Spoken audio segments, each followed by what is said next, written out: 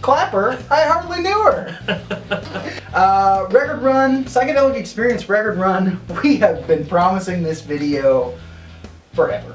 We'll try to, as always, tell you where we got the records that we're showing today, if at all possible.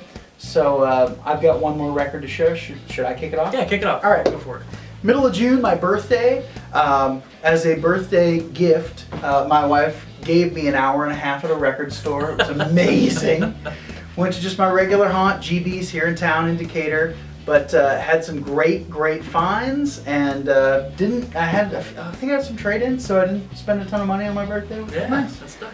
First off the rack, Black Sabbath, debut album.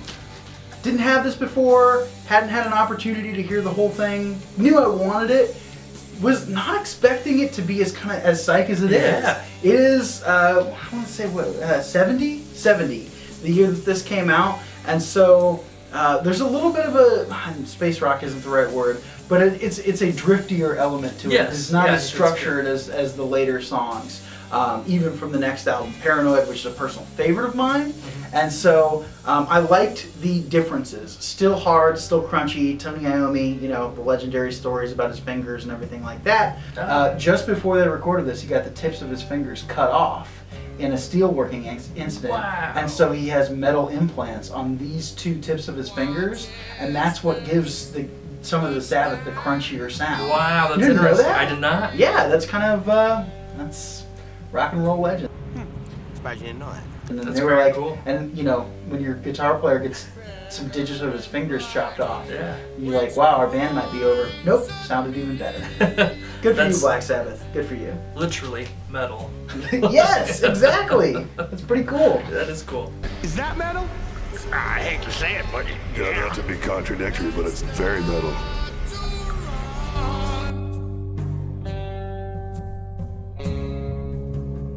I went on vacation the middle of June-ish. I went out to the Pacific Northwest, hung out with DJ Bo Grumpus for a little while. I got to hang out with him for a couple days. We went digging at one of his local record stores, Rainy Day Records in Olympia.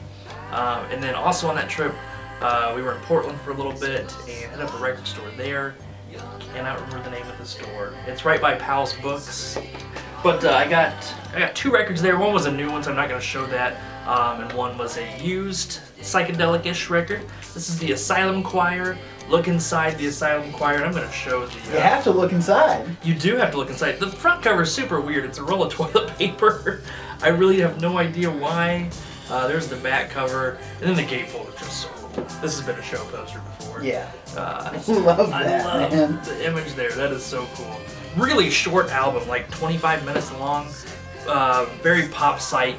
Yeah, it's a pretty decent album. You can find that one pretty cheap, and I'd say it's worth picking up for $3 or $4. Oh my gosh, yeah, definitely. I mean, I know you said it wasn't as out there. Like the one track that we played is definitely the craziest, psychiest thing Icicle on it. Star or But something like that. man, is it a cool, like, the artwork alone. Yeah. You said there was a $3 fine? Yeah, $2 or $3. Scoresville, but yeah. I can't believe I said Scoresville.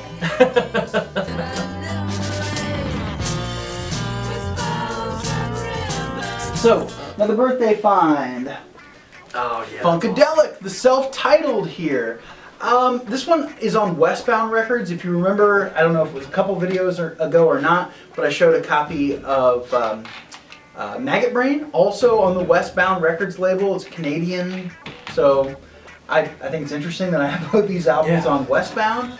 I don't love this as much as Maggot Brain. It's not Maggot Brain, but you can see where Maggot Brain is coming from this. It's not the best copy of it, but I think I definitely paid in the $8 range for this. Oh, very nice. And I enjoy it. There's some good stuff on it. It's, like I said, it's not Maggot Brain. More funk than psych? No, I think it's in the same vein. It's just they weren't there yet. I think it's just the sound is developing, and you know the next two albums will be kind of groundbreaking. But this one, I think it's a little bit more under the radar. I think people weren't ready, and they weren't ready yet for it.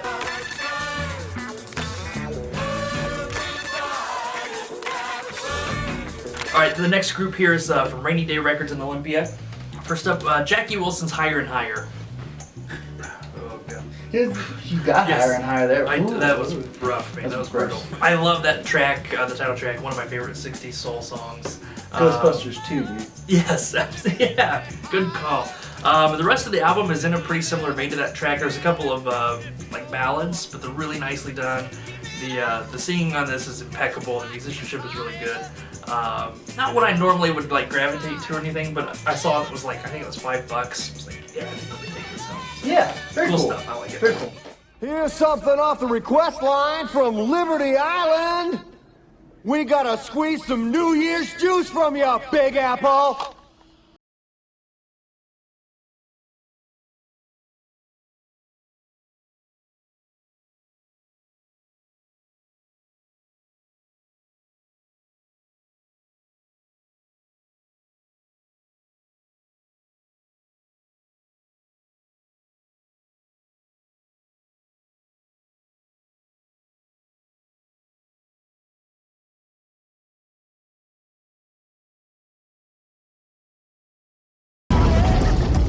Still from sort of my my birthday, hour and a half there. This was a $3 pickup. Steve Miller Band, Fly Like an Eagle. Kind of the, I don't know, was this the album that kind of superstardom? The Joker had come out before this, but I think this was like confirmation of like, Steve Miller is the rock of the 70s. I don't know, 70s AM rock, I've been buying a little bit more of it lately. I don't feel bad about that because I haven't been paying crazy numbers for it. It's just stuff that I have on CD, and it was like, man, it'd be cool to have a vinyl copy of that. And for $3, still in the shrink, wasn't going to pass up Steve Miller Band. So. What's the matter, Bill? Larry, that could have been me. We get off that kick. It's over. It's done with. You can't play. Okay. Let's go, Bulls! I want to fly like an eagle to the sea. Fly like an eagle, let my spirit carry me. I want to fly like This is the Artie Kornfeld Tree. This was sealed. It's Time to Remember is the title of it. Paid up a little bit more for this, probably overpaid for it. I think it was like $14. Sealed, you know. Artie Kornfeld was one of the organizers of Woodstock. Sort of his claim to fame. He was also a producer, songwriter. I think one of Jana Dean's hits he wrote, Dead Man's Curve, I think. Yeah. This, I really like the cover work. Oh, it's awesome. You know, on there, like the back. The back is really cool. The back makes it seem like, oh, this might be kind of dark. No, it's sort of hippie-ish Woodstock style. Kind of a little bit bluesy, a little good timey. It's really enjoyable though, and it's done really, really well.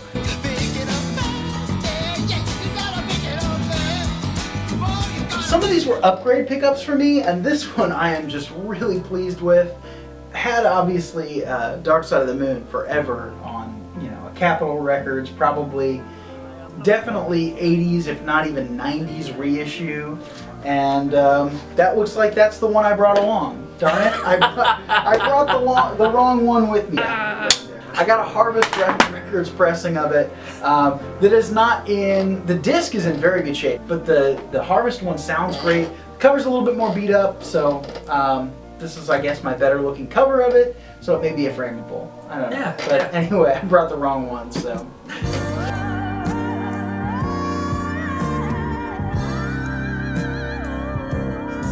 Really like the cover work on this. That's kind of what drew me to this. This is Patty Dahlstrom.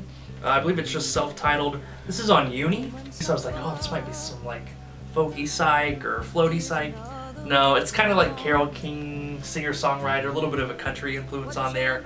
It's enjoyable. Nothing really stands out a whole lot, so there's not like one song that'd be like, oh, you should check this out, because it all sort of sounds similar, but it's competent, it's enjoyable. Do you need to give it another spin before you fall in love with the song? I do, yeah. It's one that I need to go back to one or two more times. Overall, pretty good find. It was like $3. That label is really kind of, so much stuff on there. It's kind of like B-level psych. There's a few things on there that are great, that are pretty well known, but just about everything that I've found from Uni, I'm like, this is really, really good, but not well known. Yeah. So I understand taking the gamble on it. For sure, yeah. I don't fault you for that at all. Yeah, not one of their highlights, but not a not a turd either. It's We're enjoyable. gonna turn the face of music.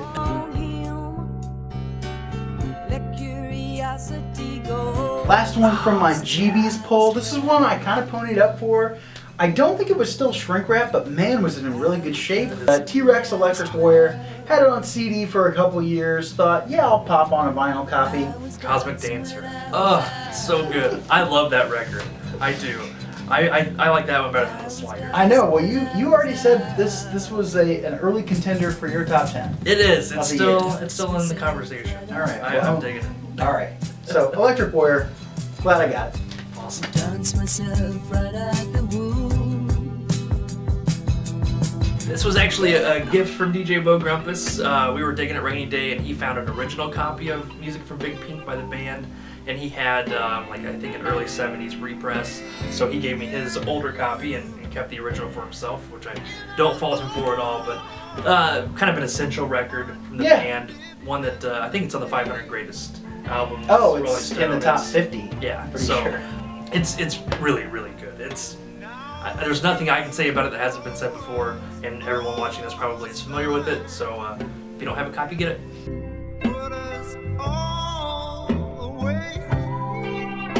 All right, so that was all the stuff that I'd gotten from GB's here in Decatur on my birthday, but also for my birthday, my wife was kind enough to purchase the Zombies R.I.P. for me. So again, I played one of these tracks, I think totally wrong on the radio too. I was like, here's the headlining track for the first side, and I was on side 2. It was a total Mellow Yellow moment. But there is some good stuff on here. It's not Odyssey and Oracle, but if you like the Zombies well enough to be like, oh my gosh, Odyssey and Oracle is amazing, and this is totally worth your time. Really, really cool. So, That's awesome. Zombies R.I.P.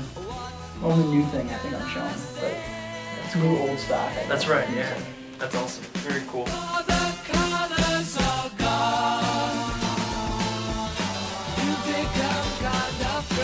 Two more Rainy Day finds here. This one, Zephyr, self-titled album. Really good blues rock. The vocalist is going for a Janis Joplin style. And then Tommy Bolin was the guitar player on here, and he had a few solo records in the 70s. Really solid guitar player. Just really good. This is more blues rock, a little bit light on the psych elements, but tons of cool guitar solos. And just really good album.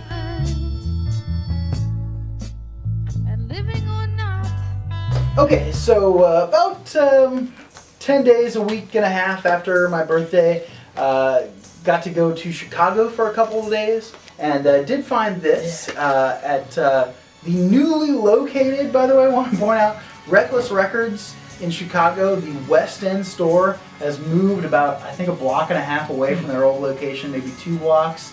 So I went to the place that I was familiar with, and I was like, so it took me a while to find the other one, but it was there. West Side location, kind of a slow day there, but did pick up Porcupine from Echo and the Bunnymen, sort of a neo-psych, 80s new wave stuff there, but with that psych element. I picked this up more than anything because I'd read about it in 1001 You Had to Hear Before You Die. Yeah. And also, it's a promo copy with a well intact promo description down there. I have to say, I haven't really digested this one yet. Yeah. I need to give it its due diligence. It was kind of one of those ones where I put it on to listen to something that somebody wrote about specifically in 1001, like, oh, this really cool psych opening, and then I didn't give it enough attention. So, Echo and the Bunnymen, Porcupine, gonna give that a good spin. Looking forward to it. Should be enjoyable. Awesome.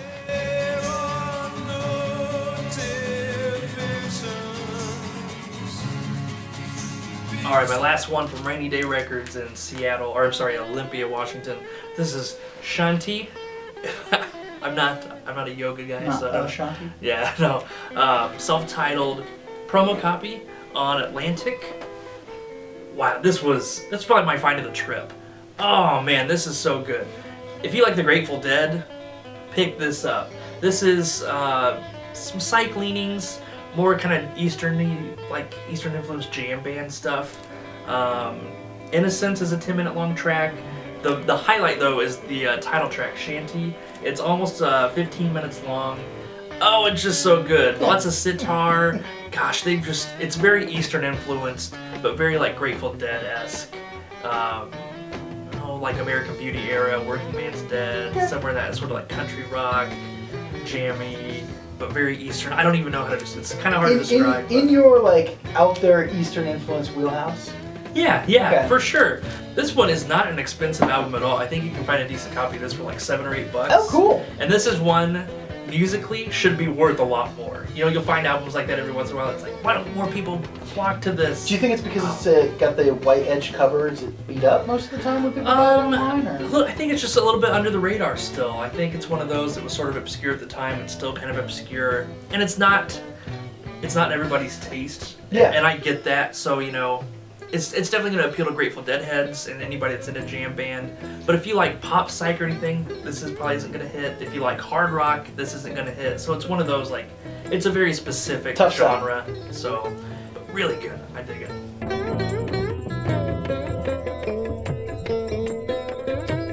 Went to the North End location and found this. So Mellow Yellow got a great copy of Anthem of the Sun at the last St. Louis record show. I was actually in Bloomington. Bloomington, that's right, Yeah, that's right. Like months ago though.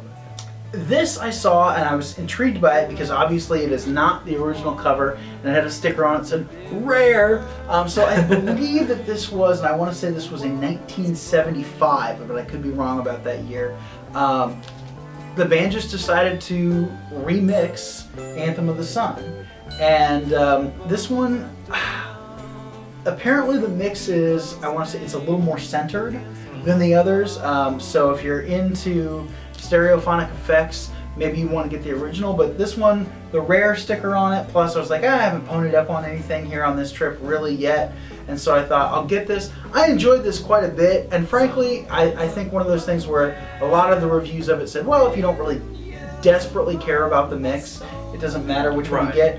I've heard some things that it was a divisive thing with the band. Some people liked the new mix, some people didn't, but it had a rare sticker on it, so I bought it. I really enjoy this, and I'm looking forward to spinning it a few more times. It's, you know, kind of a quintessential Grateful Dead thing, so.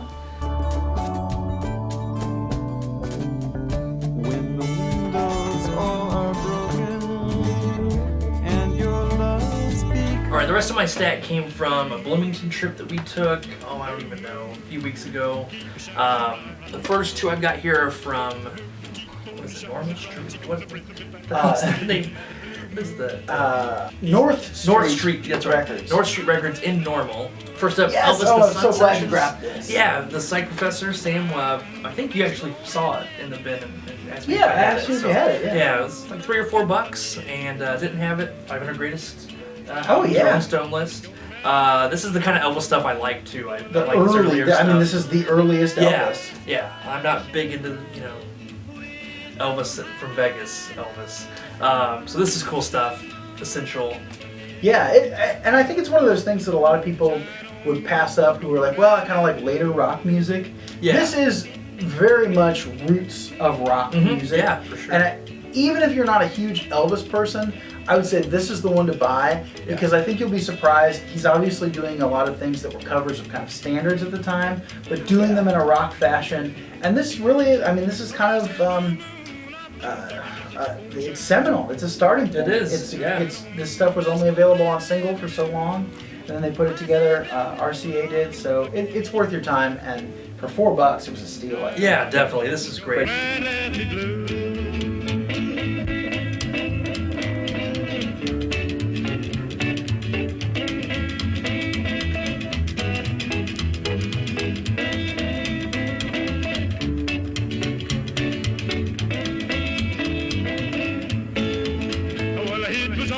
It's sort of the find of the Chicago trip for me. England's newest hitmakers, the Rolling Stones. Also picked this up at the North Side version of Reckless Records.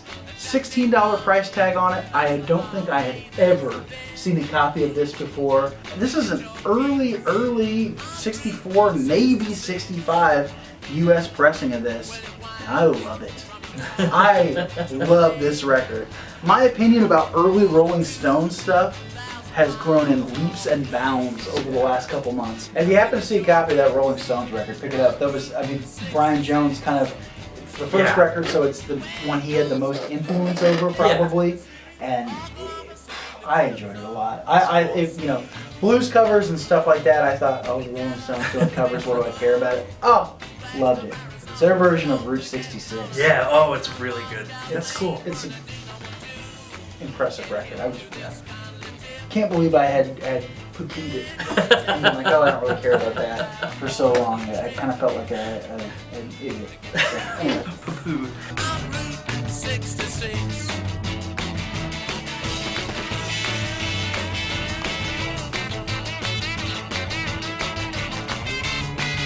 This is an album, to be honest, never thought I would buy. Not that I didn't think I would own it, which was one thing, but just thought, like, even if I find it, I don't know if I'll buy it. Yes, you knew, the second that I showed it to you, you wanted it. I yes! did. I'm a sucker for, like, it's super rare and it's essential. This is Captain Beefheart, Trout Mask replica. This is not an original. They this know. is They know what it is. Right, yes. This is a 1972 reissue, repress, whatever you want to call it, Must on have. a reprise or reprise label. It hasn't Don't clicked worry about 100% it. It will. yet. It will. It hasn't clicked 100% for Captain Beefheart yet. That's true. 100%. No, it's meant to be. I think he is James Joyce. If Beefheart was it's not supposed. The first time you're just, what is this? I don't get it. I'm infuriated, and then you're like, wait a minute, I kind of like that. Yeah, I like that a little bit. Wait, I kind of like that too. And you find the stuff in there that is gold, and then you come to appreciate the rest. I've listened to this twice, and the second time was like, all right, okay, all right. Kind of like you're saying, like there's stuff to pick up on. So maybe a third listen will be even more. The first time I heard the first track, I was laughing so hard that I was like, this is just great. And then I was like, no wait, it's just weird. No wait, it's really good. No, I'm sure that it's fantastic. I'm so glad you got that. And that was a, like you said, it's got the straight on the front. Yeah. It's the first reissue. And then the discs are reprised, but that is a monster find. It was a double record set. It cost $7. It was too much, but Frank Zappa's name was on it, so I bought it. I took it home, I put it on. It's the worst dreck I'd ever heard in my life. I said, they're not even trying. They're just playing randomly. And then I thought, but Frank Zappa produced it. Maybe I better get over another place. So I played it again, and I thought, it sounds horrible, but they mean it to sound this way.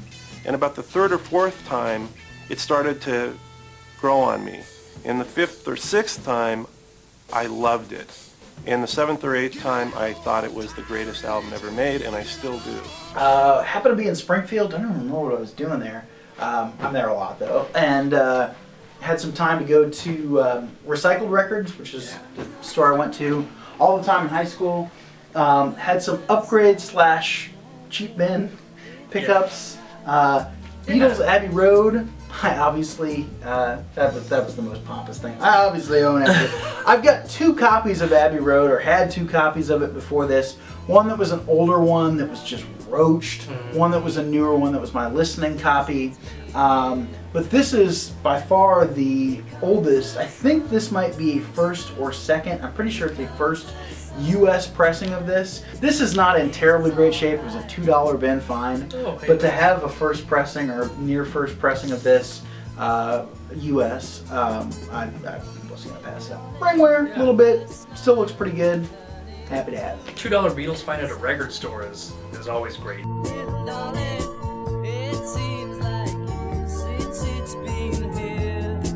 The rest of the stuff I have to show is from Reverberation Vinyl in Bloomington, quickly becoming our favorite record store. The first group are dollar finds here. So the American Breed, self-titled, their, I believe, first album. Pop rock, sometimes you'll see it advertised on eBay and stuff. It's like, psych! They're just trying to sell it. It's pop rock, but it's really good pop rock. I really enjoy it. Nothing like super stand out on here, other than the maybe racist cover photo. I don't really know what's going on with the Native American stuff, but that's offensive. So yeah, how dare you? Right? I don't know, but for $1, I was really happy to find it. I've got all the American Breed stuff I need.